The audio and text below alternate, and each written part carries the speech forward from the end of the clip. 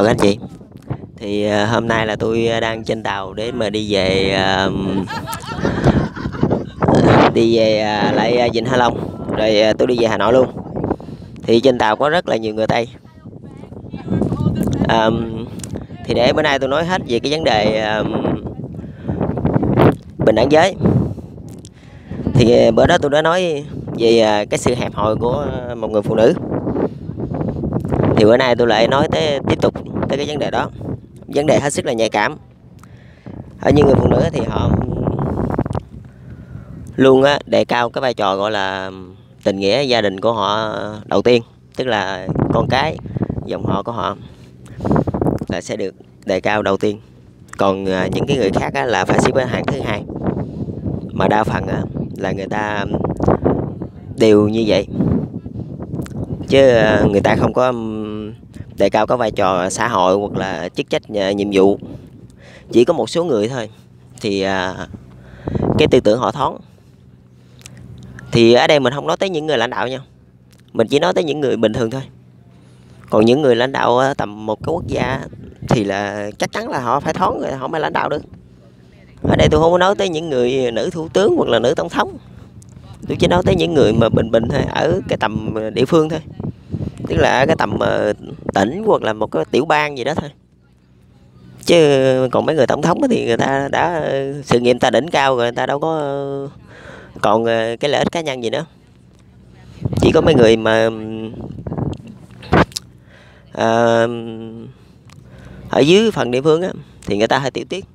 Bởi vì đó là lý do tại sao mà phái nam luôn là những người lãnh đạo, còn phái nữ ít lắm. Phái nữ thì hiếm khi mà được lãnh đạo, hoặc là có đi chăng nữa thì cũng được phái nam hỗ trợ thì mới lên được cái ghế đó. Chứ còn mà phái nữ tự một mình đứng đó thì không có được. Một phần đó là vì cái sức khỏe của họ là không cho phép họ giống như là chịu đựng gian khó. Rồi một phần đó là họ lại có những cái tiểu tiết nó ràng buộc. Bởi vì cái tư tưởng họ không có thoáng không, nên họ không phải là không thể làm lãnh đạo, nhưng mà ít thôi. Số đó ít lắm. Chỉ được nếu mà nói ra thì thế giới này đếm trên đầu ngón tay, có thể thì tạm gọi là chừng trăm người trở lại thôi, chứ đâu có thể nào mà nhiều hơn được nữa. Thì bữa nay tôi cũng hoàn thành luôn cái video clip bình đẳng giới. Tức là từ hồi xa xưa đó là người nam họ luôn thoáng hơn người nữ, bởi vì họ là lãnh đạo. Rồi tới một thời mà họ gọi là đàn áp những người nữ giới, cũng tại vì họ là có những cái gọi là tiểu tiết ở trong đó đó. Thì có một số người đó, người nên phái nam mà ta không tin dùng phái nữ. Còn ngày hôm nay thì mở ra thì những người tiểu tiết đó họ ở tầm địa phương, còn những người nào mà tấm lòng họ bao la hơn, tức là họ rộng rãi hơn thì họ lên trung ương.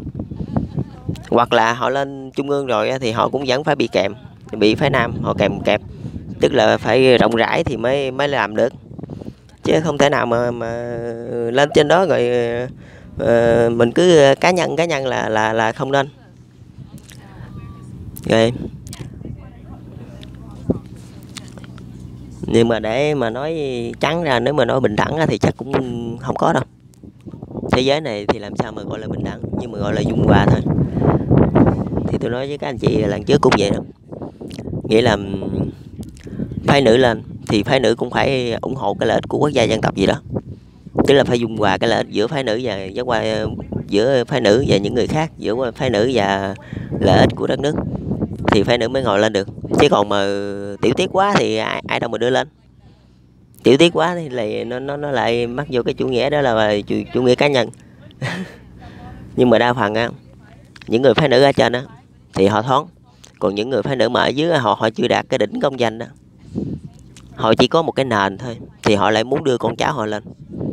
Những người đó là họ sẽ bất chấp thủ đoạn để mà đưa con cháu họ lên luôn, chứ không phải như là những người ở trên đây, người ta ở đỉnh, trên đỉnh rồi thì lúc nào cũng gì. Người ở dưới nhìn lên thì thấy là ở trên thì nó thoải mái, giống như là mình ngồi trên đỉnh công danh mà quyền lực trong tay. Người ở dưới lúc nào cũng có khao khát đi lên, còn người ở trên thì họ thấy bình thường đó. Nhiều khi như mình leo trên đỉnh núi đi, mình mường tượng như đi, mình ở dưới đi lên thì mình thấy người ta ở trên đi xuống, mình hỏi người ta ở trên có gì thú vị không, thì người ta lại nói một câu, người ta lại nói bình thường, tại vì người ta cảm thấy thoải mái với cái đó. Chứ chỉ có những người phụ nữ nào mà cảm thấy thoải mái, thậm chí người đàn ông luôn cảm thấy thoải mái khi mà ngồi trên đỉnh hoặc ngồi ở dưới, chẳng có một cảm giác như nhau thì lúc đó mới ngồi được, chứ còn mà chủ nghĩa cá nhân quá thì ngồi không được.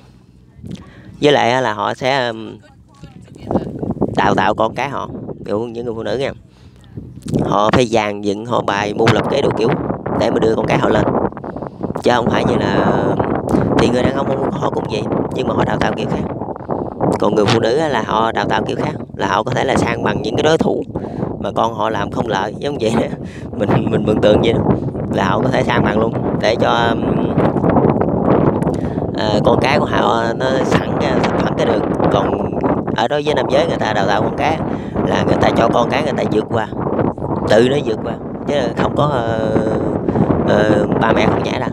Còn phụ nữ mà đào tạo là họ sẽ vượt qua giùm con họ, chứ mà họ sẽ cái nền thẳng vậy đó để cho con họ lên đó. Thì ở cái đất nước nào cũng vậy thôi, cái xã hội nào cũng vậy, cũng phải tranh đấu giữa phái nam và phái nữ. Đó là một cái cuộc tranh đấu gọi là truyền kiếp mà, đời này qua đời khác, cứ tranh đấu thế thôi. Đó là lý do tại sao mà nhiều chính phủ họ lại để một số chức vụ cho phái nữ, để giống như là đa phần là hình tượng là nhiều, chứ thực ra một mình phái nữ thì không thể nào quyết định được. Một mặt đó là cái tư tưởng họ nó không thông, thứ hai đó là cái lý luận của họ đó, cái gọi là cái chính sách của họ nó không có gọi là thâm thúy, nó không có đủ sức thuyết phục, nên một mình họ không thể làm được mà phải có nhiều người khác. Còn tôi lại nói tiếp tục về cái vấn đề bình đẳng giới là giữa người nam và người nữ. Thì tôi đang ở trên tàu, có nhiều người lắm, Trung Quốc có, người Úc có, New Zealand có, đủ kiểu. Nói chung thì tôi đi mấy ngày nay rồi, chỉ là một cái mục đích duy nhất thôi mà các anh chị đều biết rồi đó, là cái mục đích mà cái chuyện cũ đó. Thì tôi vô tư thôi chứ tôi có nói gì đâu. Thì bây giờ tôi cũng không lẽ giờ đi thù quán với mấy người mà gây ra cái sự này kia đó, nên thôi thì tôi cũng chốt sổ tại đây luôn, cũng gặp nhau nói chuyện bình thường vậy chứ làm gì giờ. Sự nghiệp của tôi bây giờ nó bự quá rồi thì đương nhiên tôi cũng có làm gì đâu, chứ đâu phải là tôi, chứ đâu phải phụ nữ. mình nói chuyện vậy đâm ra nhiều người phụ nữ người ta tự ái, nhưng mà mình phải cho người ta tự ái để người ta vượt qua, để có một người phụ nữ nào đó sẽ làm được một cái tấm gương gì đó để cho những người khác họ phấn đấu noi theo, chứ không phải là cứ tôn con cái mình lên, tôn cái lợi ích gia đình mình lên, làm gì nó không hay, làm gì nó mất uy tín của giới nữ. Mà đa phần phụ nữ là như vậy, đa phần luôn, đa phần hình như là Đông Tây đều như vậy, họ đều đặt cái lợi ích của con cái họ lên hàng đầu, còn những cái khác là xếp thứ hai, lợi ích của quốc gia dân tộc thì xếp thứ hai. Bởi vì chị phụ nữ mà lên cầm quyền là ít lắm, chỉ có 1-2 người thôi chứ không có nhiều. Đó là lý do tại sao mà để mà bình đẳng giới được là chúng ta chỉ nên giao những cái ghế gọi là xã hội thôi cho những người phụ nữ thôi, để họ ra họ làm hình tượng thôi. Chứ thực sự thì họ không phải là không cầm quyền được, nhưng mà một mình nên họ không thể nào mà có những cái quyết sách gọi là đúng mực được, không có thể nào có những cái quyết sách gọi là chín chắn được, mà họ chỉ là có thể là nắm được những ghế xã hội rồi họ làm một cái hình tượng mới mẻ vậy đó, một cái hình tượng đẹp vậy đó cho xã hội, cho giới phụ nữ người ta noi theo đó. Chứ còn họ giao thẳng cho họ luôn thì giao không được. Nhưng mà ở đây mình nói là mình nói số chung, nhưng mà chỉ vẫn phải có 1-2%, chứ đâu phải là hết trơn là như vậy. Thì cũng giống Việt Nam thôi, đâu phải ai cũng như tôi, thì cũng phải có người về người khác chứ. Thì bởi vậy mình kiếm những cái người khác đó, những cái người đẹp đẹp đó mình đưa lên, đưa ngồi ghế xã hội, như ngồi bên quốc hội hoặc là bên thượng nghị viện rồi vậy đó, để cho thiên hạ người ta noi theo. Chứ còn mà giao thẳng thì cho giống như là bộ trưởng bộ quốc phòng hoặc là thủ tướng chính phủ rồi hoặc là tổng thống rồi, thì cái đó là phải hết sức là phải cầu kỳ mới được, phải những người đó phải hết sức đặc biệt hoặc là phải có một cái vai trò gì đó, hoặc là thì nói chung ta ở cái chỗ khác khác đó, rồi mới đưa người ta lên đó đó. Thì cũng giống như mẹ nuôi Angela Merkel thôi. Chắc chắn là mẹ nuôi phải có cái gì đó khác thì mới ngồi ở đó được chứ. Cái giống như những người khác đó, nhiều khi mình thấy thì mẹ nuôi đó cũng đâu có con cái gì đâu. Đó chính vì cái chỗ đó đó nên mới buông được cái gọi là cái nút thắt. Cái nút thắt gọi là gia đình là số 1 của người phụ nữ, mà đa phần ai cũng bị mắc vô cái nút thắt đó. Nhưng mà cái nút thắt đó rất là dở. Mình đào tạo con cái là mình phải để cho nó vượt qua, chứ mình không có thể nào mình vượt qua cho nó. Thì mình vượt qua rồi như vậy là mình sống cuộc đời mà của nó luôn rồi. Nó làm gì nữa? Không, nó đâu làm gì nữa đâu. Vậy là mình cái như mình sống cuộc đời của nó luôn rồi. Đó, mình dạy con cái là mình phải để cho nó phấn đấu, nó vượt qua. Chứ mình không thể nào mà mình vượt qua cho nó thì thôi luôn. Vậy đó, mình sống cho nó luôn đi, rồi mình giục nó xuống sông luôn cho rồi, chứ mình để làm gì nữa. Mà đa phần phụ nữ họ hay có cái tính gọi là gian dí. Họ thấy cái gì mà có lợi phải không, họ gian dí cho con họ. Họ thấy cái gì mà có hại phải không, họ giục ra. Giống vậy đó. Nhưng mà để mà sự nghiệp của con cái họ mình thành công phải không, mình nó không nói đỉnh điểm hay là không đỉnh điểm, nhưng mà để có được một chút thành công trong cuộc đời thì nó phải là chính đó. Chứ những bà mẹ không thể nào mà nhảy ra được. Vậy giống như mẹ tôi vậy thôi. Chưa bao giờ mà mẹ tôi nhảy ra làm bất kỳ một cái gì hết cho tôi, mà là tôi tự làm. Cho dù có khó khăn gian khổ tôi cũng tự giải quyết. Thì ba mẹ tôi lúc nào cũng vậy. Chứ không có thể nào mà nói là đây người bạn Trung Quốc mà tôi mới quen hồi tối.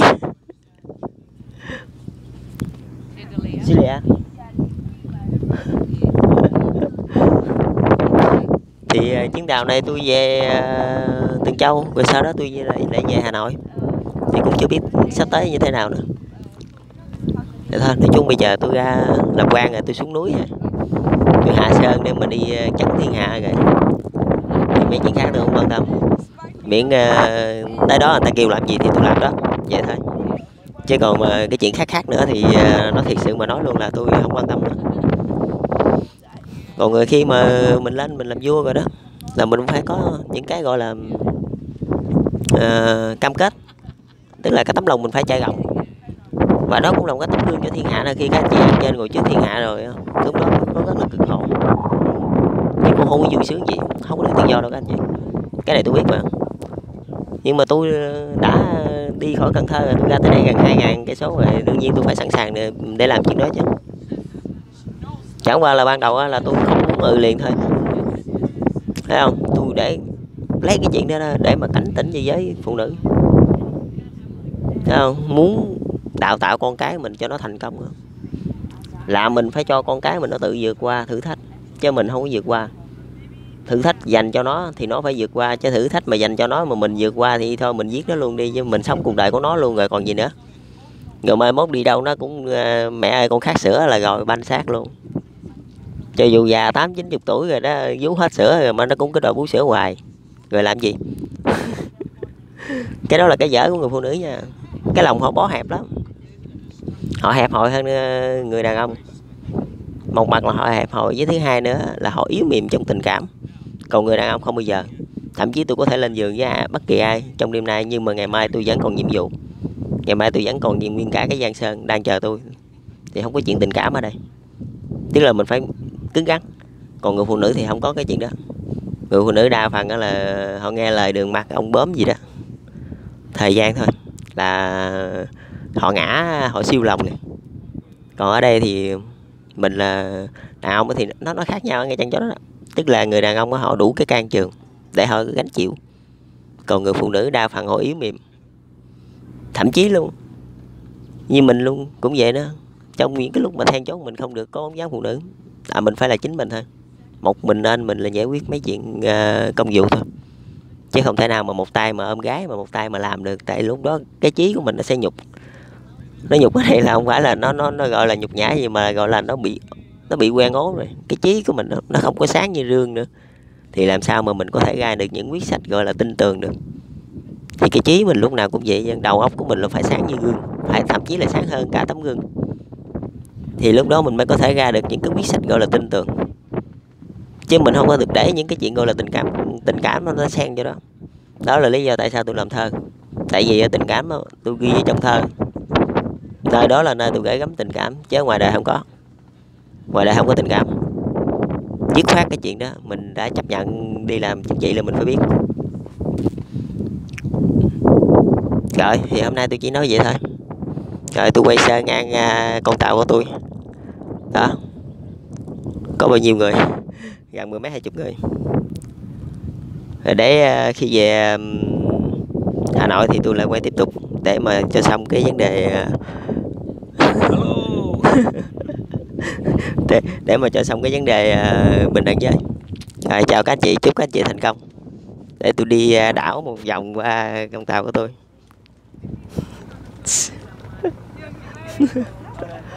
Đó là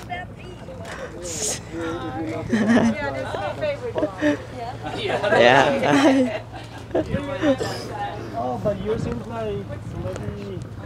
Ok, chào các anh chị, chúc các anh chị thành công. Video clip kế tiếp thế này tôi cũng nói cho nó chốt lại cái vấn đề bình đẳng giới luôn, tại mấy vấn đề tôi lu bu quá, không có nói cho nó rõ ràng được. Thì tôi chỉ ấp hai cái này thôi, tức là tôi chỉ chọn cái lời hứa mà khi mà đến Vịnh Hạ Long là tôi sẽ quay cái video clip về bình đẳng giới. Còn cái chuyện mà chốt lại luôn, chốt cái vấn đề luôn á, là tôi phải đợi về Hà Nội đi rồi tôi mới suy nghĩ, rồi lúc đó tôi mới nói cho nó cụ thể. Rồi chào các anh chị.